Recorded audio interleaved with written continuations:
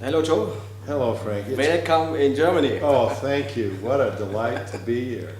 We have a nice snowy day here. Yeah, you brought it from Utah, I guess. I did.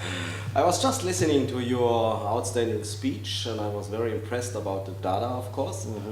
And for me, it was very interesting to see the first German data that proves that your work internationally is also working in Germany. A lot of Germans are very skeptical. Yeah. They're saying Germans are always different. So It was surprising to me. okay. I looked in our database and we had data on 120 German managers. And they come from our clients that have done large implementations, General Motors and Reed Elsevier.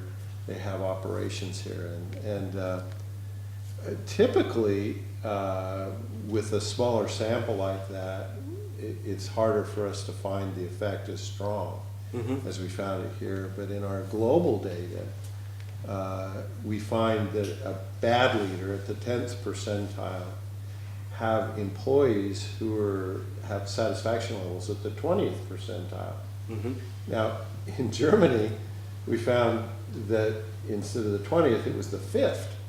So a bad leader in Germany has an incredibly dissatisfied employee. I mean, they must really find their job disgusting. But on the other end, the best leaders, their employees were at the 90th percentile, and in our global data, they were at the 80th. Okay. So we got that accentuation of the results. Okay.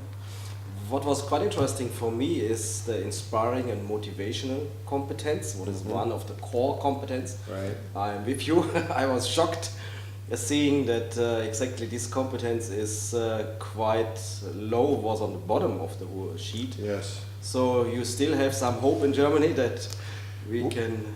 You're in good company. Actually, in our global data, it's number 16 also. Okay. We find that around the world, this is the lowest rated competency. But in Germany, it's the third most important. Absolutely. Here, in our global data, it's the number one important. Okay. So it even gets a higher importance ranking. And so it seems to be a problem. We know how to push. We know how to drive for results. And most people, if I ask them, can you do that better? They know how to. But when I ask them, can you inspire people? They go, I don't know how to do that. I mean, especially I think in Germany, it's more a cultural thing. Yes. In the States, I think it's a more positive cultural situation. But in Germany, even if they are a little bit inspiring, so they're not sure if this is okay or something. Is it more a talent, or is it something they can train, read, coach, develop this kind of competence? well, part of the problem is we think about inspiring leaders and they're these exuberant, kind of over the top, out there people. And yet, you've got some inspiring leaders. For instance, let's take two. Oprah Winfrey, okay, she's out there, she's energetic. Warren Buffett. Now Warren Buffett, you know, they call him the Oracle of Omaha. He's one of the richest men in the world because he predicts the stock market, and he runs this investment firm that's worth billions of dollars.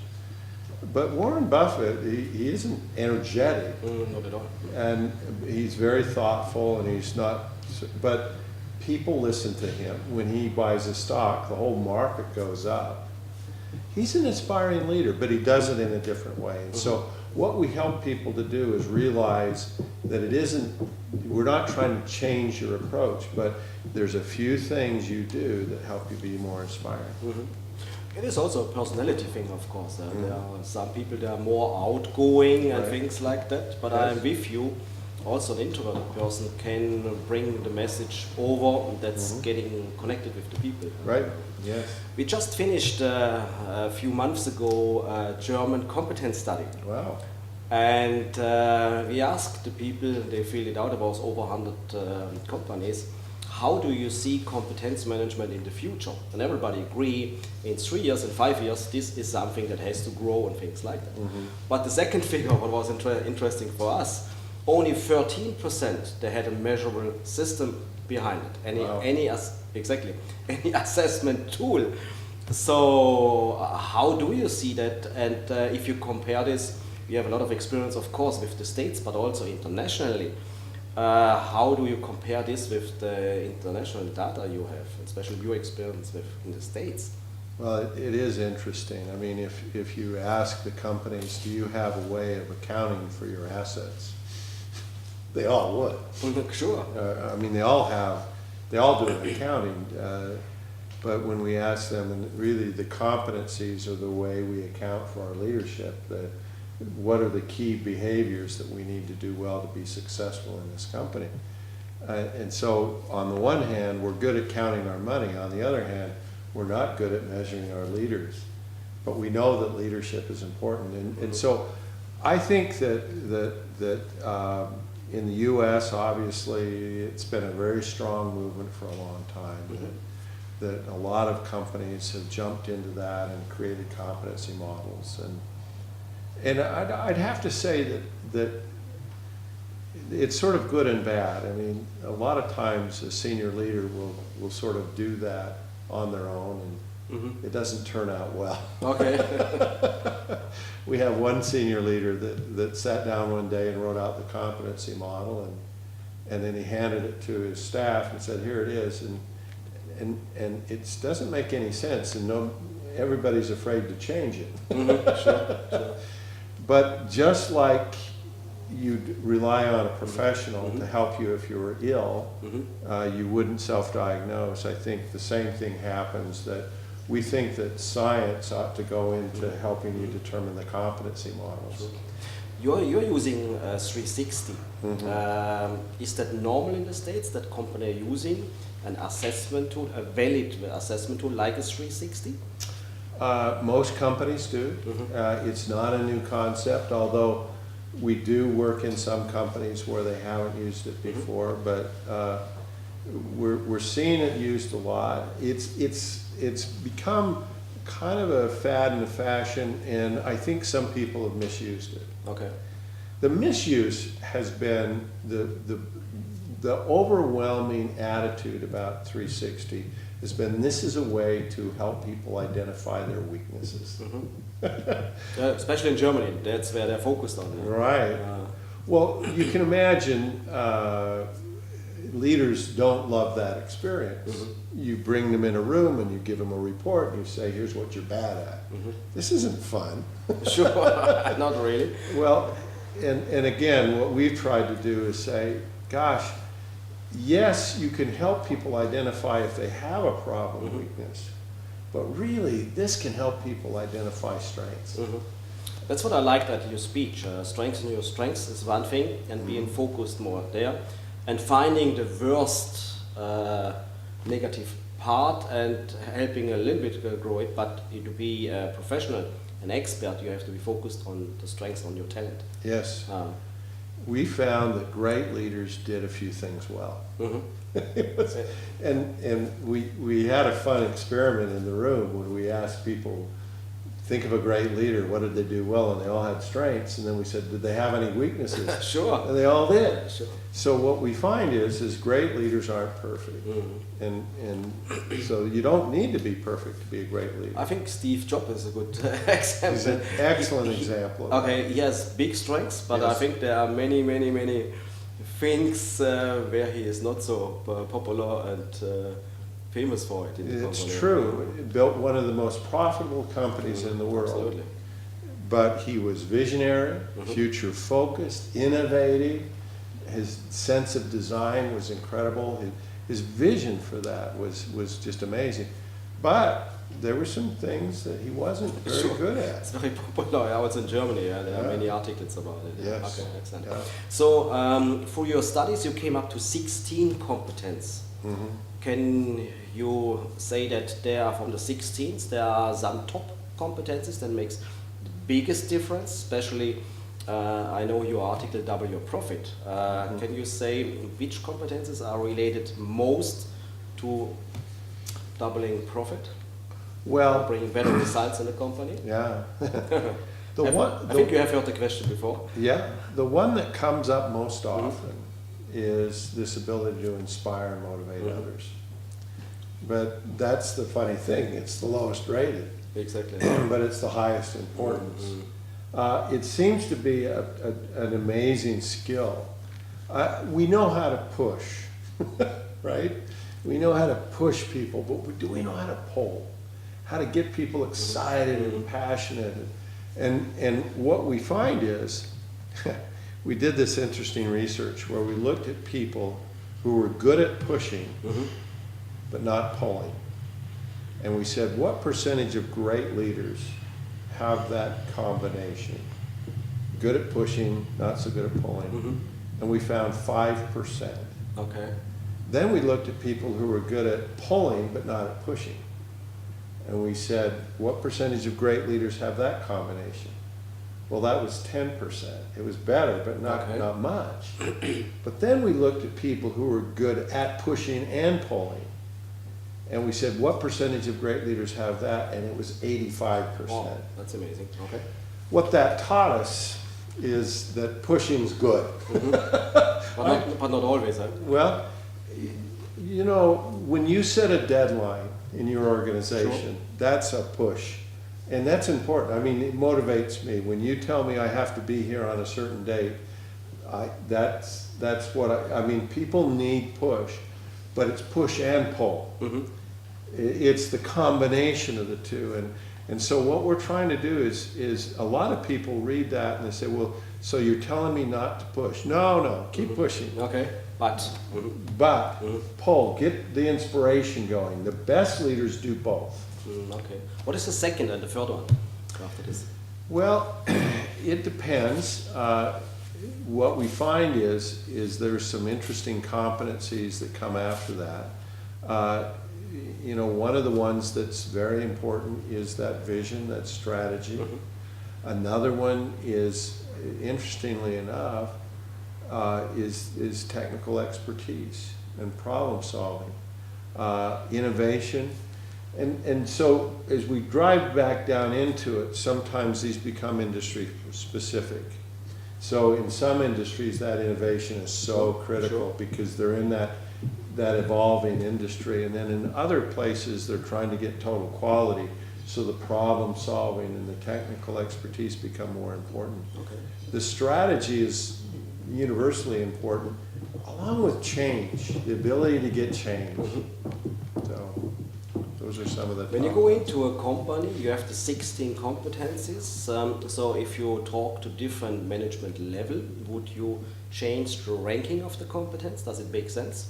Exactly what you have been talking about. And I say, okay, on the top level, strategic, visionary is a very important competence. On a middle management level, would you shift the competences? Do you have experience there, or would you recommend this? One of the things we do in our assessment is we ask people to indicate which are the most important competencies, so people can get some feedback on that. And so yes, you're right. Depending on the level and the job that you're in, those that are critical for your job show up. So yeah, that's an important thing, and we find that it does vary by level.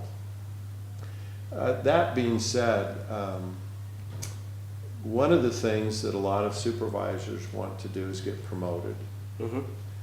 One of the things that a supervisor needs to do to get promoted is to give the impression that they can be strategic. Okay, I know that. And so what's interesting is that we found that strategic perspective, while it might not be critical in a particular job, as you think about promotion and future assignments, it is important to demonstrate your ability to understand that and to grasp it, and people need to feel like you can be strategic.